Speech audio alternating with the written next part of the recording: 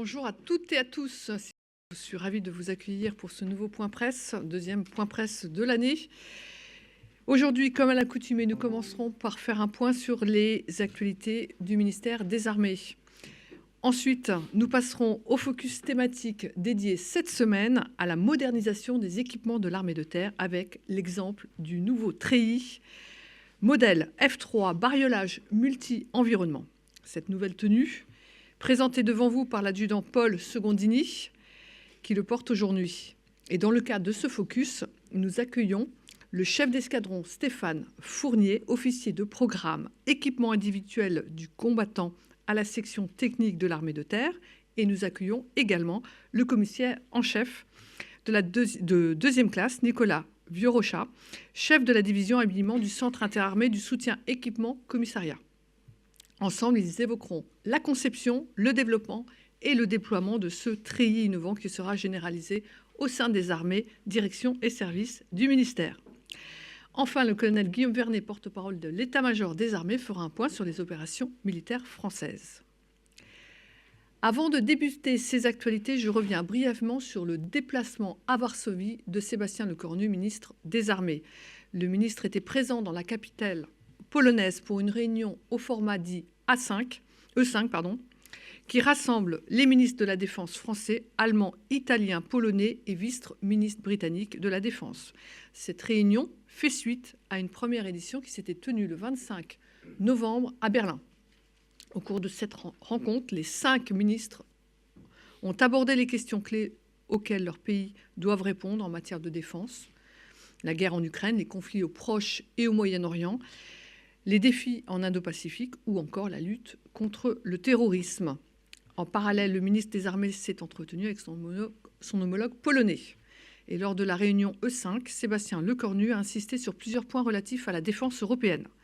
Le ministre a notamment rappelé que notre réarmement ne se mesure pas seulement en pourcentage de PIB, mais aussi dans l'efficacité militaire réelle de nos dépenses. Il a également souligné qu'aux yeux de la France, l'argent du contribuable européen doit servir à acheter des équipements militaires européens.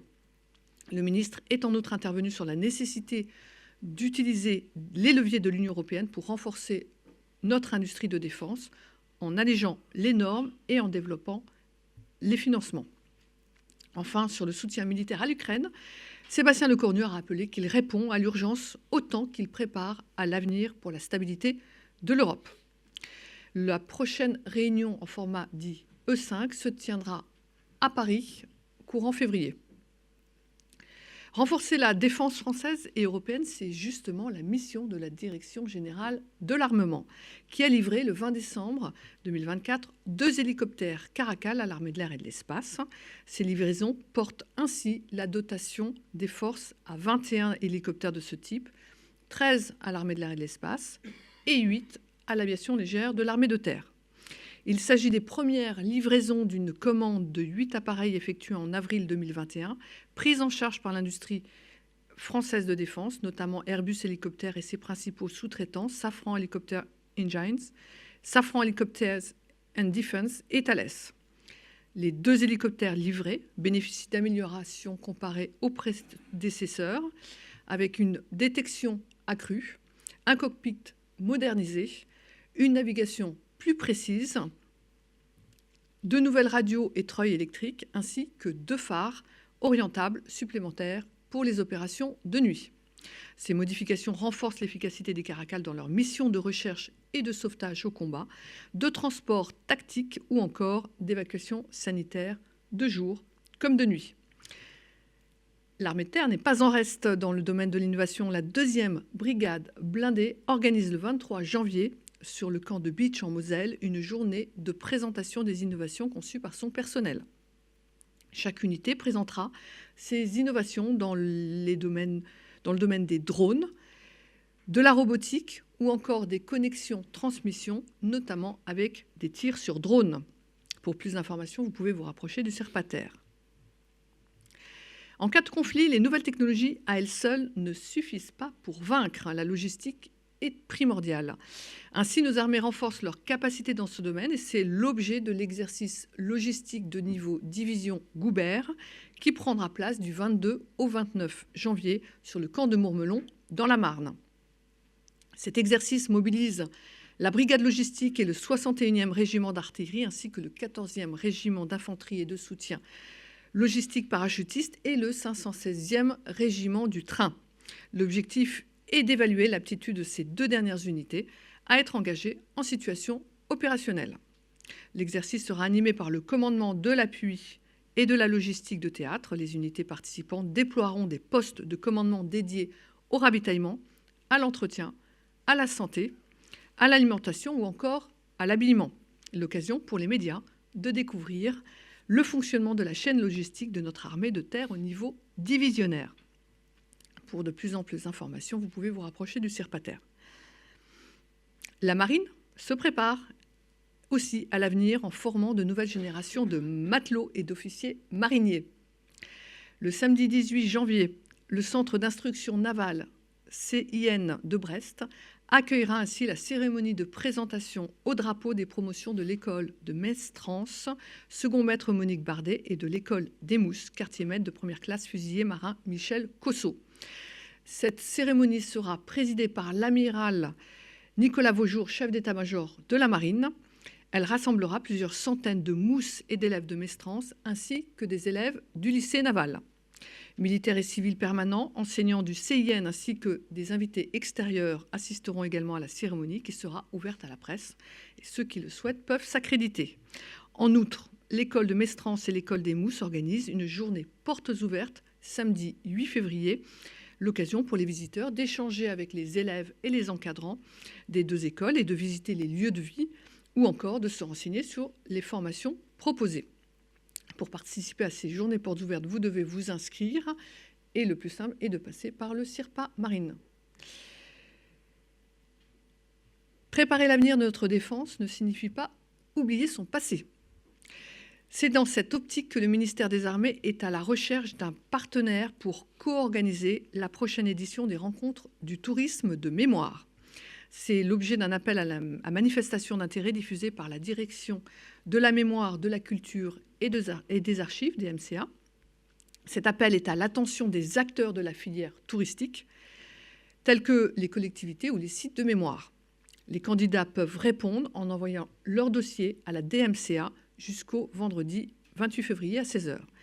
Tous les 2 ans depuis 2011, le ministère co-organise ces rencontres afin de réunir l'ensemble des acteurs concernés. Élus, porteurs de projets et professionnels partagent ainsi leur expérience pour améliorer la mise en valeur touristique des sites de mémoire. Les rencontres de 2025 seront la 6e édition et prendront place à la fin de l'année. De manière générale, le ministère des Armées, deuxième acteur culturel de l'État, œuvre toute l'année à la promotion et à la structuration du tourisme des mémoires, une filière dont les retombées économiques sont essentielles pour les territoires. Toutes les informations sont disponibles, si vous le souhaitez, sur le site Chemin de Mémoire que je vous invite à consulter. Les adversaires auxquels nos militaires doivent faire face prennent des formes multiples. Le feu en fait partie. Le 19 janvier, le journal de la Défense nous le rappellera en proposant un nouveau reportage consacré à la brigade des sapeurs-pompiers de Paris. Intitulé « Les pompiers de Paris au cœur des crises », ce JDEF présentera la formation des officiers supérieurs de la célèbre unité de soldats du feu à la gestion de crise. Commander sous pression, prendre des décisions vitales dans le feu de l'action, une formation intense qui est à découvrir sur la chaîne LCP Assemblée nationale dimanche prochain. Et si vous ne pouvez pas le visionner ce dimanche, je vous invite à le retrouver sur notre chaîne YouTube ou alors une rediffusion est également prévue les 20 et 23 janvier. Mais je vous propose sans plus attendre de regarder le teaser du reportage. Incendie de la cathédrale Notre-Dame. Attaque terroriste de 2015. La brigade de sapeurs-pompiers de Paris fait régulièrement face à des situations exceptionnelles. Découvrez comment ces officiers sont préparés à commander sous pression. Ta priorité, les 2 gares. Je veux que tu gardes le lien avec les 2 gares. À prendre des décisions vitales et à gérer les crises de demain. Les pompiers de Paris au cœur des crises, c'est dans le journal de la Défense, dimanche à 16h50. S'il n'y a pas de questions, je vous propose de passer au focus thématique qui prend aujourd'hui des allures de défilé, puisqu'il est consacré à la modernisation du treillis de l'armée de terre. Les conflits actuels sont riches d'enseignements pour les armées qui s'adaptent, se modernisent et se transforment en conséquence. Ces transformations passent notamment par la conception et la distribution de nouveaux équipements individuels pour nos soldats, et l'habillement ne fait pas exception. La nécessité d'un nouveau treillis adapté aux exigences du combat moderne a ainsi mobilisé au sein du ministère des Armées des savoir-faire multiples et complémentaires. Et cette nouvelle tenue baptisée BME a abouti grâce à une coopération étroite entre la section technique de l'armée de terre, le service du commissariat des armées, le centre interarmé du soutien équipement du commissariat et les experts de la direction générale de l'armement. Alors, qu'est-ce que le BME? Il s'agit du treillis félin de 3e génération, bariolage multi-environnement, que vous pouvez voir porté par l'adjudant ici présent, ainsi qu'au fond de la salle. Ce nouvel équipement répond à un besoin opérationnel, celui de mieux protéger nos soldats, quel que soit l'environnement. Le BME a vocation à devenir l'unique treillis en vigueur au sein des armées, directions et services du ministère, ce qui représente une entreprise logistique majeure. Ce point presse nous donne l'occasion de voir, de comprendre les enjeux de ce nouvel équipement innovant et adapté aux besoins de nos armées. Donc je cède maintenant la parole au chef d'escadron Fournier et au commissaire en chef Vieux-Rochat, afin qu'il nous présente sa conception et sa distribution plus en détail. Commandant, monsieur le commissaire, c'est à vous. Merci Madame la Directrice. Mesdames et Messieurs, je suis le chef d'escadron Fournier de la section technique de l'armée de terre, où j'occupe les fonctions d'officier de programme des équipements individuels du combattant. À ce titre, je conduis le programme Treillis F3, et en particulier dans son nouveau dessin, dans sa nouvelle image, le nouveau bariolage multi-environnement qui nous rassemble aujourd'hui ici. Avant de commencer, je vous propose un petit film pour voir tout ça.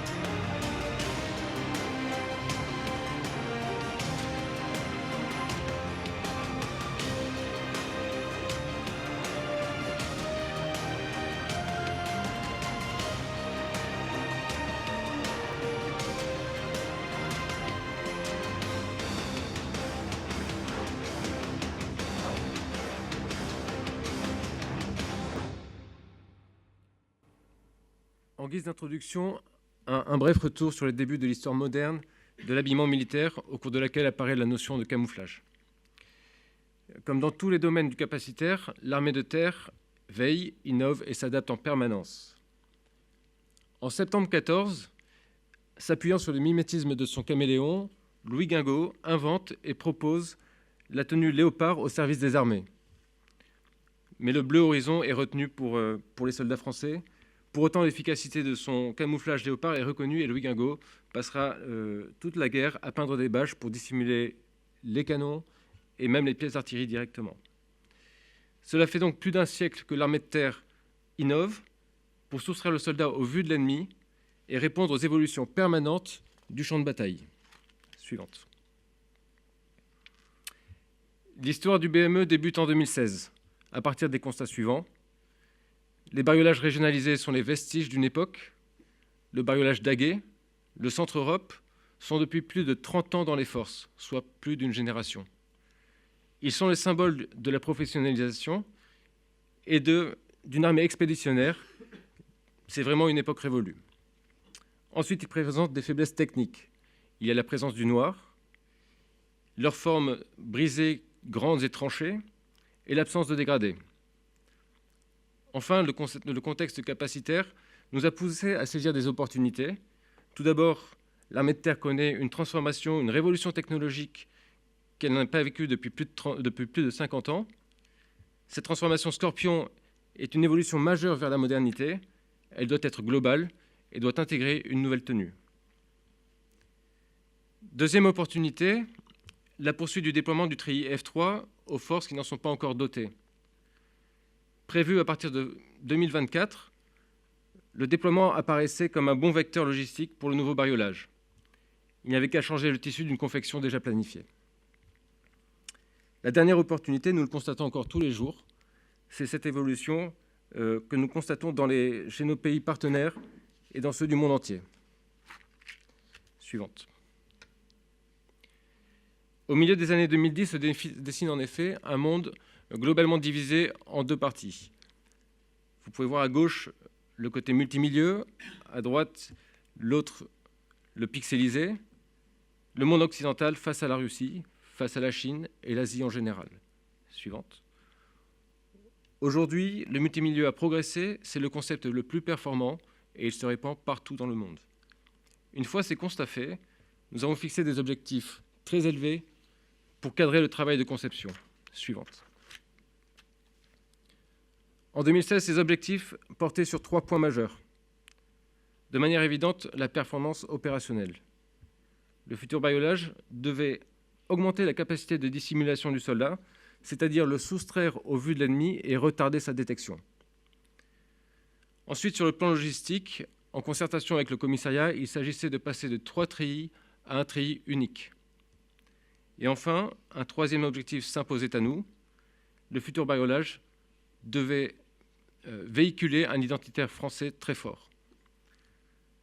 Le Centre Europe, c'est un bariolage qui est connu dans le monde entier. C'est un bariolage qui a été porté par de nombreuses armées étrangères. Le bariolage, c'est l'image de la France, de l'armée française dans le monde.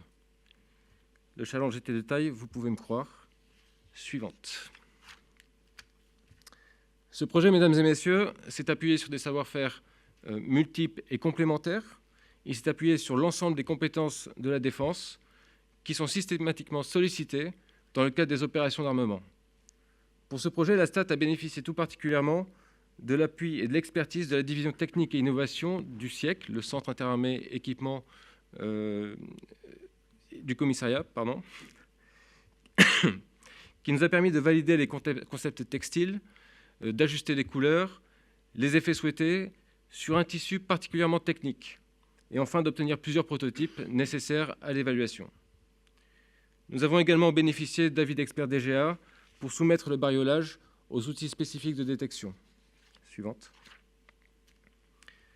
Vous l'avez compris, le concept multimilieu s'est rapidement imposé à nous. Il se caractérise par l'alternance de grandes et de petites taches brisées, atténuées par des dégradés. Le multimilieu est également composé de couleurs plus nombreuses qui offrent ponctuellement de vifs contrastes. Au cours de la conception, le tachisme et les couleurs ont longtemps évolué. La dernière version imprimée est le Scorpion 3. Suivante. Au bout de la conception, le bariolage Scorpion 3 est plus performant, c'est le BME. La multiplication des contrastes donne du relief à l'image. Par exemple, le blanc apporte de la profondeur comme le reflet du soleil sur une feuille dans la lisière. L'augmentation du nombre de couleurs et de dégradés facilite la dissimulation dans un plus grand nombre d'environnements, ce qui nous sera confirmé au cours des évaluations. Le BME, en quelques chiffres, c'est 1250 heures de dessin par un expert camouflage de la STAT, soit près de 60 versions numériques. Ce sont des évaluations sur tous les terrains représentatifs du champ de bataille, soit près de 1200 mesures et près de 300 militaires des 3 armées interrogés sur le gain esthétique et de la modernité. Suivante. Sachez que toutes les couleurs du BME ont été mesurées dans la nature. La couleur brun terre de France que vous voyez ici est la couleur dominante. À la distance de portée de tir des armes, les couleurs du bariolage n'apparaissent plus distinctement, elles fusionnent en brun terre de France. C'est la couleur de fusionnement qui est le lien principal à Scorpion en tant que couleur de fond de tous les nouveaux véhicules. Suivante. Les objectifs ont donc été atteints. La dissimulation est augmentée de 25%, c'est-à-dire qu'il faut plus de temps à l'ennemi et il faut qu'il s'approche plus près pour détecter nos soldats. Il offre une meilleure protection à nos soldats. Les sondages réalisés auprès des 3 armées, ainsi que les retours que nous avons d'ores et déjà, nous permettent de rendre compte d'une très grande satisfaction sur l'aspect esthétique et modernité. Il y a une appropriation immédiate par nos soldats. Et enfin, le gain logistique est atteint également. Nous avons désormais un tissu pour l'été et pour l'hiver, un bariolage pour la zone verte et la zone désertique. Suivante. Au-delà de la conduite des programmes d'armement, le rôle de la STAT est d'assurer la veille technologique et surtout d'analyser le retour d'expérience de nos forces pour répondre mieux et plus vite aux besoins. Pour le BME, parce que l'innovation et l'initiative sont dans nos gènes, la STAT, avec l'appui de ses partenaires, a construit un projet robuste qui a su convaincre chaque échelon du commandement. En effet, grâce à l'appui et à l'implication efficace du bureau soutien de l'état-major de l'armée de terre, le projet a été officialisé à partir du mandat signé par le major général de l'armée de terre en mars 2020. Une fois le BME évalué, c'est le chef d'état-major des armées qui l'a validé. Suivante. Cette transformation était une nécessité opérationnelle, nous l'avons dit. Le calendrier de perception est en complète cohérence avec les missions que nous remplissons aujourd'hui. Les soldats en opération d'abord, dans la droite ligne des priorités exprimées par le commandement en termes de signalement stratégique. Le centre de gravité des dotations se situe au niveau de la brigade, avec effort sur les forces opérationnelles terrestres. C'est la raison pour laquelle la 7e brigade blindée est dotée en premier par anticipation de son déploiement sur l'exercice d'Alcyon Spring au printemps. Dans cette logique toujours, le chef d'état-major de l'armée de terre percevra son treillis F3 BME en dernier, avec l'assurance que la mission a été conduite à son terme. Pour résumer, à travers ce projet, l'armée de terre a pris l'initiative d'une rupture pour améliorer la capacité opérationnelle de nos soldats et répondre aux nouvelles exigences du champ de bataille. Soyez convaincus que le BME y contribue directement. En outre, cet identitaire militaire, qui se renforce chaque jour, cette image de modernité, c'est une fierté pour nos soldats. C'est la fierté d'être soldat. Pour l'anecdote, je sais que certains ont prolongé leur contrat pour pouvoir le porter. Un soldat qui est fier de sa tenue, c'est un soldat qui sert mieux dans ses missions quotidiennes. Je cède la parole maintenant au commissaire en chef Vieux-Rochat. Mesdames, Messieurs, bonjour. Je suis le commissaire Vieux-Rochat, je suis chef de la division habillement au SIEC, Centre interarmé du soutien équipement du commissariat, dans le commissariat des armées, et je vais vous parler du projet BME VUDUSCA, c'est-à-dire de passer du concept établi par la STAT à des effets effectivement distribués dans les forces. Je vous parlerai de 2 ensembles principaux. D'abord, l'approvisionnement des tenues. Comment est-ce qu'on a approvisionné ces tenues? Et ensuite, quel est le mode de distribution de ces tenues de combat? Donc tout d'abord, cet approvisionnement, ce qu'il faut savoir, c'est sur des programmes tels que le bariolage multi-environnement, on va procéder en 2 temps. On va d'abord approvisionner le tissu, proprement dit, puis on va remettre ce tissu aux mains de confectionneurs qui vont faire le vêtement proprement dit, c'est-à-dire les travaux de couture. Donc tout d'abord, l'approvisionnement en tissu. La réalisation du tissu a requis une mise au point un petit peu délicate, qui a pris des délais. En effet, il s'est agi de vérifier que le dessin choisi par la STAT soit fidèlement retranscrit sur un tissu technique, déjà approvisionné dans les forces, puisqu'il s'agit du tissu F3 théâtre européen ou zone désertique. Et ce tissu est technique parce qu'il est thermostable, il offre une résistance au feu notable. Cette résistance au feu provient des retours d'expérience d'Afghanistan et du Mali et vise à protéger le personnel en cas d'impact sur son véhicule et de le sauvegarder le temps de s'extraire de son engin. Donc c'est cette même trame qui a été utilisée pour le F3 BME, avec une complexité supplémentaire qui a été induite par le nombre de couleurs, qui est plus important, et par des contrastes plus prononcés. C'est notamment les taches blanches qui amènent ces difficultés. Cette mise au point a été effectuée par les spécialistes textiles du commissariat des armées, qui sont peu nombreux, qui constituent une population pépite du commissariat, c'est-à-dire qu'il s'agit d'ingénieurs textiles et de techniciens dont l'expertise est à peu près unique dans les armées et absolument nécessaire à nos opérations d'habillement quand il s'agit de mettre au point ce type de tenue. À l'issue de cette première phase de mise au point, 3,5 millions de mètres linéaires ont été commandés auprès de 3 industriels. Alors, ces industriels, c'est des industriels de l'industrie textile, qui sont au nombre de 3. 2 sociétés françaises, une société belge. Un petit mot sur ces caractéristiques, puisque l'activité de tisseur met en jeu des moyens capitalistiques assez importants et des outils industriels largement automatisés. À noter que pour les sociétés françaises retenues, cet outil de production à forte plus-value est localisé en France. J'en viens à la confection proprement dite, qui est la phase après réception du tissu de réalisation du vêtement proprement dite. Donc ce tissu a été préalablement réceptionné par le SIEC et contrôlé étroitement afin de vérifier qu'il dispose bien des capacités techniques qui ont été prescrites dans le cahier des charges. Ces contrôles sont faits en interne, ils sont réalisés par le LABOCA, le laboratoire du commissariat des armées, qui permet de garantir que les qualités désirées par les armées soient bien respectées. À l'issue de ces opérations de contrôle, le tissu BME a été mis à disposition de sociétés de confectionneurs qui réalisent ces vêtements. Cette façon de faire en 2 phases, de dissocier d'abord le tissu puis la confection, nous permet de garantir les caractéristiques techniques, c'est-à-dire que la plus-value technique du vêtement est principalement portée par le tissu. Sur cette industrie de la confection, elle est très différente de l'industrie textile, puisqu'en fait, elle met en œuvre principalement de la main-d'œuvre et une faible automatisation.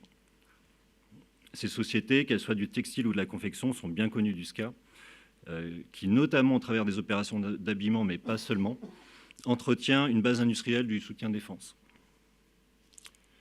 Diapo suivante, s'il vous plaît. J'en viens à la distribution proprement dite des vêtements. Donc, une fois que le tissu a été approvisionné, puis les tenues, le plan de distribution du BME a été pensé au prisme de plusieurs impératifs.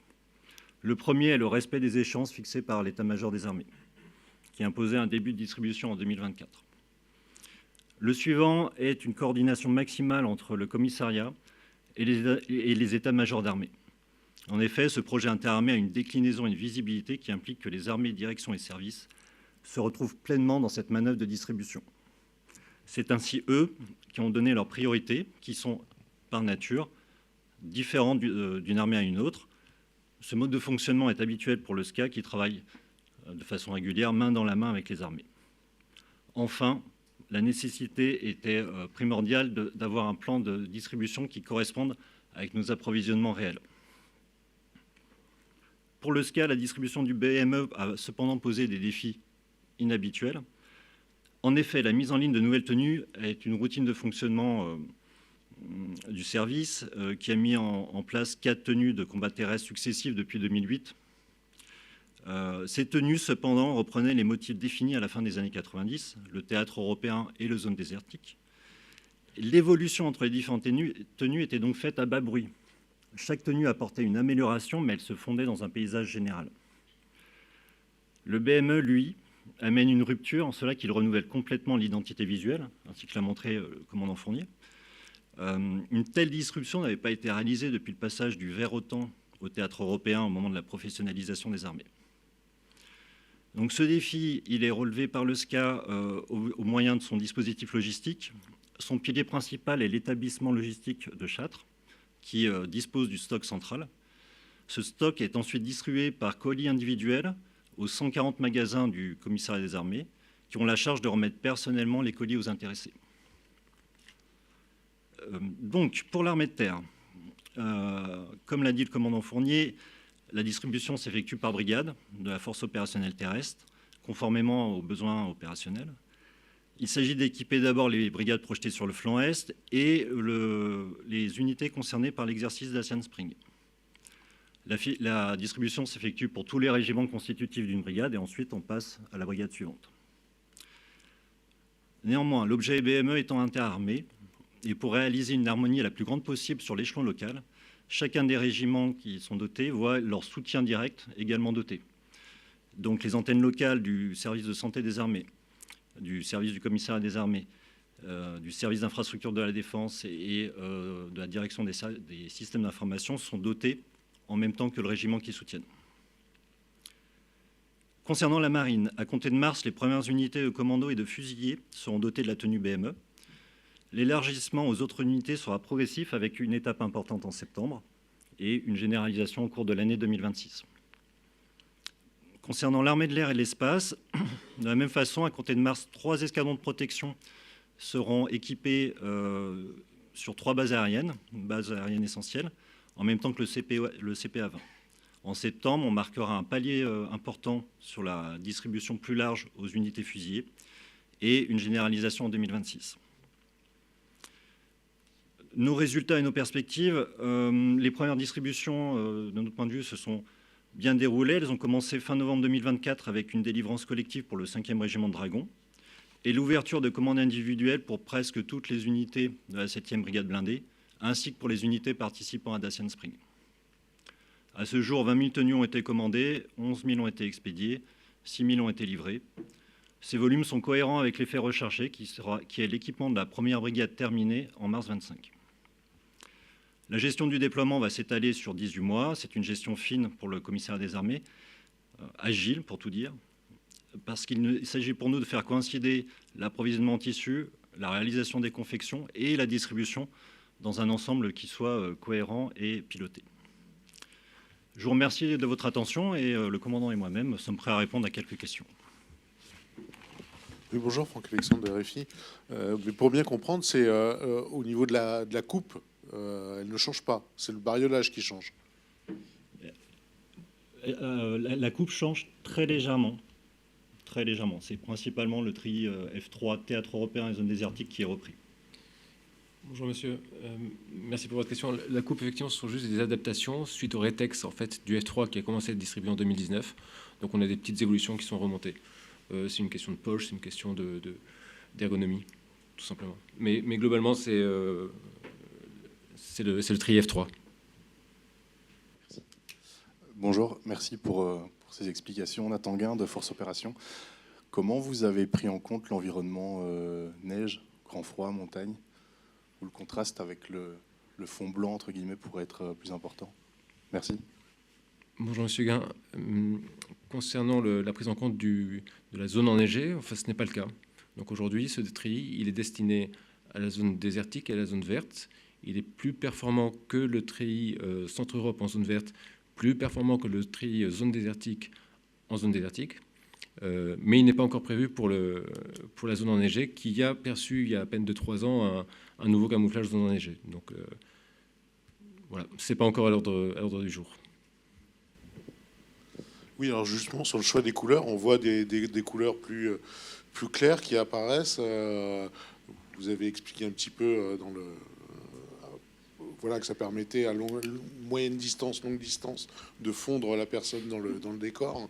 Et donc, voilà, on tire vers le clair, c'est ça? C'est le principal enseignement. Plus c'est clair et moins on est visible. Bonjour monsieur. Enfin, rebonjour. Non, ce n'est pas une... Je ne dirais pas ça. En fait, vous avez le sentiment qu'il est plus clair, mais en fait, tout dépend de l'environnement dans lequel il se trouve. L'augmentation des couleurs permet qu'il soit plus adapté selon l'environnement dans lequel il se trouve, selon la lumière qui réfléchit sur le treillis, et ainsi de suite. Donc, quand vous le verrez en zone urbaine, vous le verrez plus clair. Quand vous le verrez en zone rocailleuse, vous le verrez peut-être plus clair, plus gris. Et en zone verte ou en zone désertique, c'est pareil. En fait, il a une image différente en fonction de la lumière, en fonction de l'environnement qui est autour de lui. Voilà. Frédéric Castel, juste quelques détails. Est-ce qu'il y a des normes au temps qu'il fallait respecter? Et concernant le coût, est-ce qu'au fil des versions, cela revient plus cher de produire ces tenues? Merci. Bonjour monsieur, je vais répondre sur la question des normes au temps. Il n'y en avait pas. Mais vous l'avez constaté aussi, c'est juste une évolution. Il s'agit d'un treillis qui rentre dans le concept multimilieu et dans lequel se trouvent déjà beaucoup de pays de l'OTAN. Donc il y avait aussi cette notion de ne pas être trop différent de nos partenaires. Je vous remercie. Je prends l'aspect coût pour vous dire que le treillis F3 actuel, théâtre européen et zone désertique, est similaire en termes de confection au F3 BME. Et donc en termes de coût unitaire, on est sur les mêmes choses. C'est un peu globalement la même chose. On n'a pas une augmentation de coût avec le F3 BME. Avez-vous d'autres questions? Oui, nous avons une question en audio. Oui, une question de Jean-Marc Tanguy. Bonjour, quels spécialistes de la marine, hors fusiliers et commandos, sont concernés par le BME? Eh bien, le personnel de la marine qui est projeté en opération, pour commencer. Et ensuite, principalement, effectivement, pour la marine, ça va être les gens qui sont déjà dotés de treillis, de combat terrestre, donc les populations fusiliers, commando. Et équipe de visite des bateaux.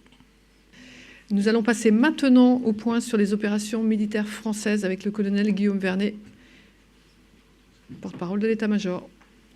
Merci Madame la Directrice. Bonjour à tous et à toutes.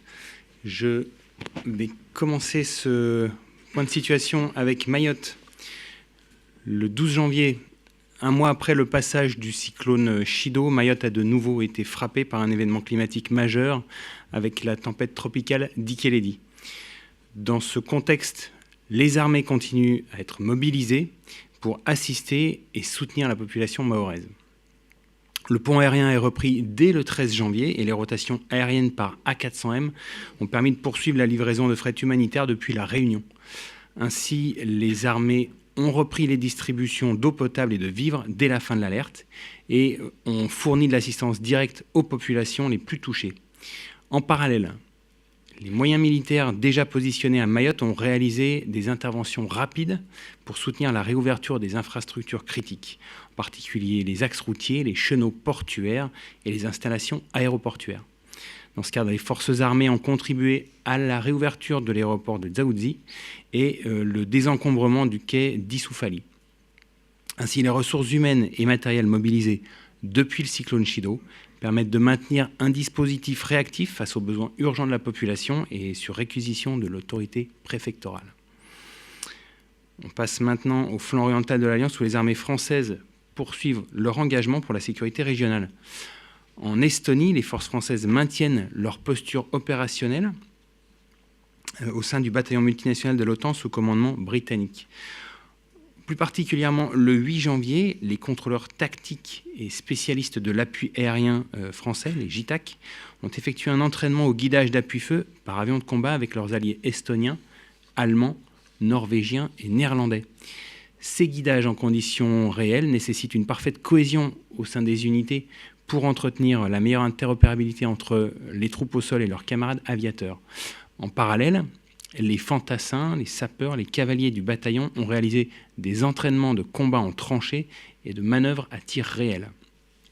On passe à la Lituanie avec le déploiement de 4 Rafales dans le cadre de la mission Enhanced Air Policing, EAP, de l'OTAN, qui se poursuit sur la base aérienne de Siolai. Le détachement français assure la mission de protection de l'espace aérien des pays baltes. Les Rafales décollent quotidiennement, qu'il y ait des alertes réelles ou qu'elles soient simulées. Par son efficacité opérationnelle éprouvée, ce dispositif garantit la sécurité de l'espace aérien de l'Alliance.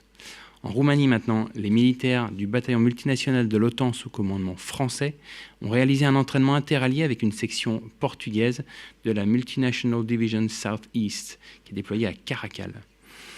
En parallèle, lors des exercices de combat en tranchée, Eagle Trench et Eagle Mount, les unités alliées ont pu partager leur savoir-faire dans ce domaine. Enfin, une équipe française JTAC du bataillon, spécialiste de l'appui aérien donc, s'est entraînée au guidage du détachement d'avions de chasse Eurofighter espagnol déployé en Roumanie dans le cadre d'une mission Enhanced Air Policing de l'OTAN. Ces procédures et exercices communs permettent aux forces de l'Alliance d'agir ensemble. On passe à la mer Baltique où l'OTAN a déclenché l'opération de surveillance maritime Baltic Sentry pour dissuader toute menace sur les infrastructures sous-marines et stratégiques des pays de l'OTAN en mer Baltique. Cette activité multidomaine, appelée Enhanced Vigilance Activity, EVA, est une réponse aux dommages subis sur les câbles sous-marins reliant l'Estonie et la Finlande le 25 décembre dernier et fait suite à une déclaration de solidarité des alliés avec ces deux pays le 30 décembre. À ce stade et à la date du 15 janvier, les armées françaises engagent le chasseur de mines tripartite Croix du Sud au sein d'un task group de garde des mines de l'OTAN, ainsi qu'un avion de patrouille maritime Atlantique 2 au sein de cette opération. Un vol de surveillance a déjà été effectué la nuit dernière. On passe à la Pologne. Dans le cadre de la mission d'assistance militaire de l'Union européenne, EUMAM, dont je parle régulièrement, le détachement français a débuté la formation d'un contingent de chefs de groupe ukrainiens. Cette formation, adaptée aux besoins et à la demande du partenaire, permet de former un maillon essentiel de la chaîne de transmission des ordres de niveau tactique. L'objectif global est toujours de renforcer la capacité des forces armées ukrainiennes à défendre l'intégrité de leur territoire. On passe maintenant à la zone proche et Moyen-Orient. Commencer par la Méditerranée orientale où une frégate française est toujours déployée au plus proche de la côte libanaise pour contribuer à l'appréciation autonome de la situation de la France dans cette région. On parle aussi du Liban où le mécanisme de surveillance de cessation des hostilités auxquelles participe la France poursuit son travail au profit de la paix et de la stabilité au Liban. Par son rôle de médiation, de coordination, ce mécanisme supervise le respect des conditions du cessez-le-feu. À travers sa participation à ce mécanisme de supervision, la France réaffirme son soutien au Liban à la mise en œuvre de la résolution 1701 du Conseil de sécurité des Nations Unies en appui de l'action de la Force intérimaire des Nations Unies au Liban, la FINUL. Dans ce contexte, au cours de la semaine dernière, les casques bleus de la Force Commander Reserve, la FCR, ont mené 2 patrouilles par jour dans la zone d'opération. La FCR prépare désormais l'opération Blue Cedar 2, qui vise à faciliter et soutenir le déploiement des forces armées libanaises, les FAL, dans le sud du Liban, et observer le retrait des forces de défense israéliennes. Ainsi, la FCR contribue à maintenir la liberté d'action de la FINUL dans l'ensemble de la zone d'opération et s'inscrit comme un acteur incontournable du redéploiement des FAL au sud Liban et du maintien du cessez-le-feu. On passe maintenant à la mer Rouge. Dans le cadre de l'opération européenne Aspides, la frégate française a repris ses accompagnements en mer Rouge ainsi que dans le golfe d'Aden. La France engage en permanence des moyens militaires dans cette zone afin de faire respecter le droit international et de contribuer à la sûreté maritime, garantir la liberté de navigation de Suez à Ormuz, tout en assurant le sauvetage de vies humaines. Passons à l'Afrique, en particulier au Sénégal, où du 6 au 16 janvier, les éléments français au Sénégal mènent une action de partenariat avec l'escadron de surveillance et d'intervention, l'ESI, de la gendarmerie sénégalaise. Cette formation de haute valeur ajoutée correspond aux besoins exprimés par le partenaire et s'inscrit dans le cadre d'un partenariat qui se renouvelle. On passe au Tchad maintenant avec la rétrocession du camp d'Abéché aux militaires tchadiens qui a eu lieu ce 11 janvier. Il s'agit de l'avant-dernière étape de la reconfiguration du dispositif militaire français au Tchad. Le retrait se poursuit dans le respect du calendrier établi conjointement avec les autorités tchadiennes en bon ordre et en sécurité. Passons maintenant à la zone Indo-Pacifique. Après une escale en Inde, à Goa et à Cochin, le groupe aéronaval, le GAN, articulé autour du porte-avions Charles de Gaulle, a mené au cours de la semaine dernière des activités de coopération opérationnelle avec la marine et l'armée de l'air indienne. Une des frégates françaises déployées au sein du GAN a réalisé une manœuvre de combat naval avec la frégate indienne Mormugao, tandis qu'en parallèle, les rafales marines embarquées ont réalisé un vol conjoint d'exercice de lutte antiaérienne aux côtés des avions de chasse Sukhoi et Jaguar indiens. Le GAN est désormais à l'ouest de l'île de Sumatra, en Indonésie, afin d'y mener l'exercice La Pérouse 25 aux côtés des pays partenaires et alliés de l'Indo-Pacifique. Cet exercice multinational centré sur la sécurisation des détroits indonésiens a pour objectif de renforcer les partenariats stratégiques en Indo-Pacifique au profit de la stabilité régionale et du respect du droit international en garantissant le libre accès aux espaces maritimes communs dans cette région. On passe à la Polynésie française, où le régiment d'infanterie de marine du Pacifique Polynésie, le RIMAP-P, a terminé cette semaine sa mission de souveraineté Tahamura à Rurutu, dans les îles australes. Cette mission avait aussi pour objectif de renforcer le lien armée-nation dans ces territoires éloignés. D'autre part, du 5 au 7 janvier, l'avion CASA des forces armées en Polynésie française a réalisé 3 évacuations sanitaires urgentes au profit de la population. Ces opérations d'assistance à la population, coordonnées par le Haut Commissariat de la République en Polynésie française, ont nécessité une collaboration entre les FAPF, le SAMU et le Centre hospitalier de Polynésie française. Enfin, depuis le 6 janvier, le bâtiment de soutien et d'assistance Outre-mer Bougainville est toujours déployé dans les îles Tuamotu pour la mission de souveraineté Pacifique Aito. Passons maintenant aux Antilles, puisque dans la zone Caraïbe, la frégate de surveillance Germinal a débuté le 14 janvier la mission Caraïbe Royale de lutte contre le narcotrafic. Les missions Caraïbe Royale, spécifiquement dédiées à la lutte contre le narcotrafic, sont réalisées en haute mer 2 à 3 fois par an.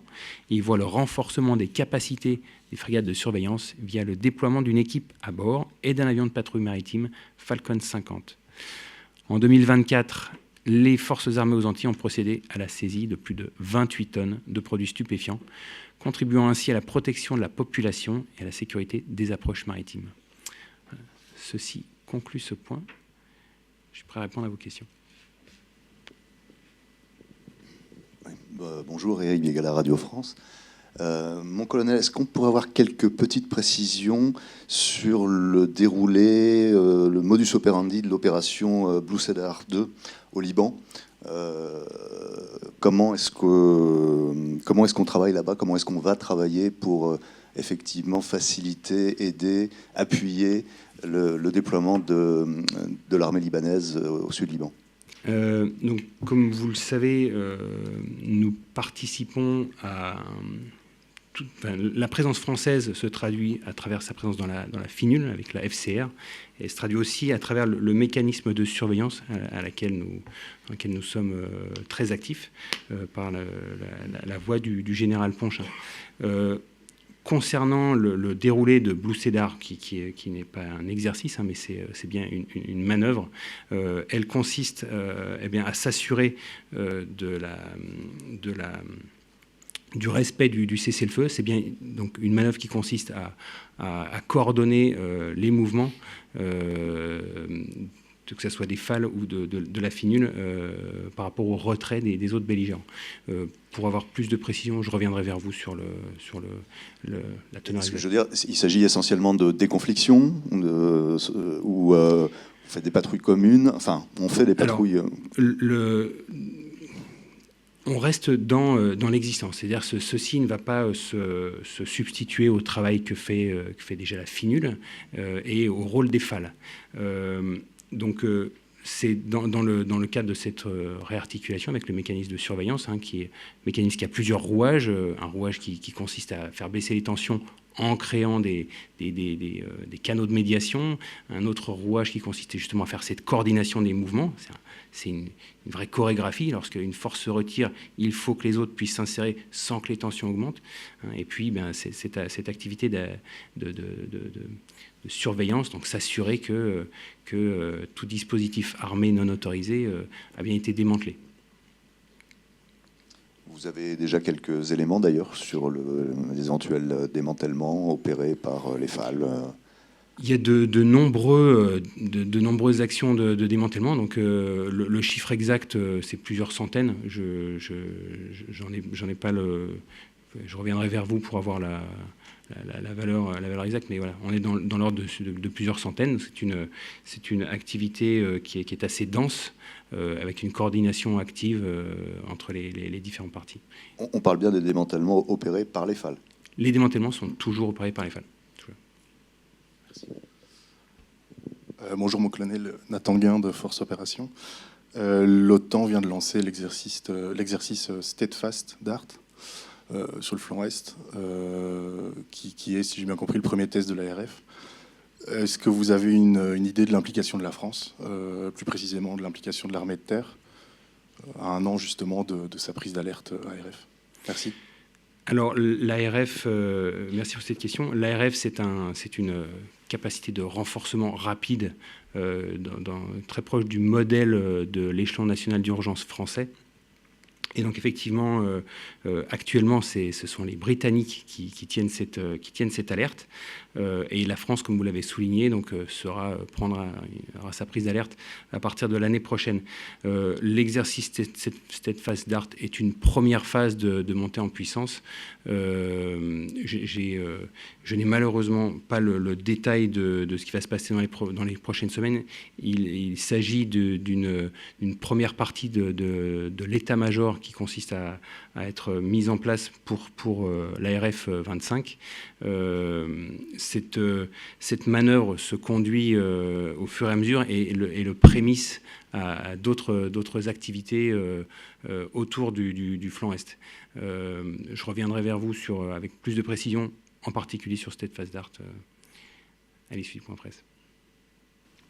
Sur tout ce qui est opération contre les résurgences de Daesh, le Central Command américain, la semaine dernière, a parlé d'une véritable campagne sur plusieurs jours, avec du bombardement aérien, avec des opérations au sol, etc., en Syrie, en Irak. Est-ce que les forces françaises présentes sur place y ont participé?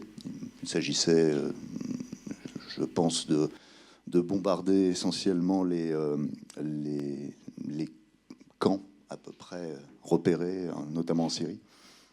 Merci M. Billet pour cette question. Donc effectivement, nous participons, nous sommes au sein de la coalition OIR qui est déployée pour contrer toute résurgence de Daesh au Levant. Pour ce qui est de l'activité, il y a un principe de non-attribution des frappes entre les différents pays, ce qui est quelque chose qui est partagé. Donc, je ne reviendrai pas en particulier sur l'activité de tel ou tel membre de la coalition, conformément à ce principe. Mais nous sommes pleinement actifs au sein de cette coalition. Des annonces ont été faites d'ailleurs il y a une quinzaine de jours sur l'activité en particulier. Merci beaucoup, colonel. Ceci terminera donc ce point presse du jour. Je vous donne rendez-vous la semaine prochaine pour notre prochain point presse qui se tiendra donc ici en salle Koenig à Ballard. Et ne manquez surtout pas notre journal de la Défense qui sera diffusé dimanche soir à 19h30 sur LCP, Assemblée nationale. Très bonne journée et fin de semaine à tous.